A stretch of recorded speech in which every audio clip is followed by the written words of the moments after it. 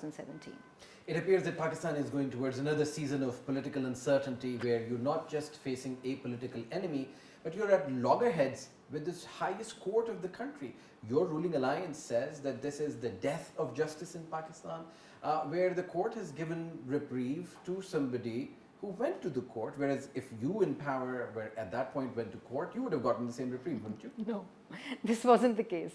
In last 4 years, when we were jailed on false cases, our hearing was never heard in the court for a year, for 8 months, for 6 months, and I've been, there myself. I'm witness to all this saga, which was there for last 4 years. And Mr. Khan did not go to the court.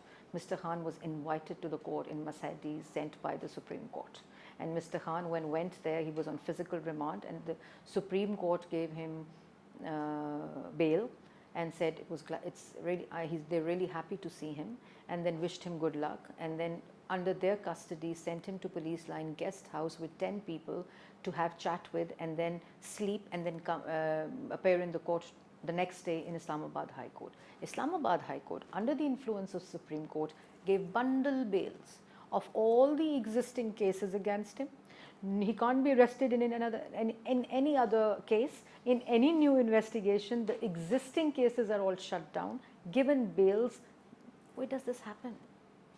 You give me, if you compare that with civil governments, organizations, countries, wherever around the world, the global commonality, if we draw, this does not happen in any part of the world. Never. And if Supreme Court, and I won't say Supreme Court or judiciary, I want to clearly draw differentiation between an institution and individuals.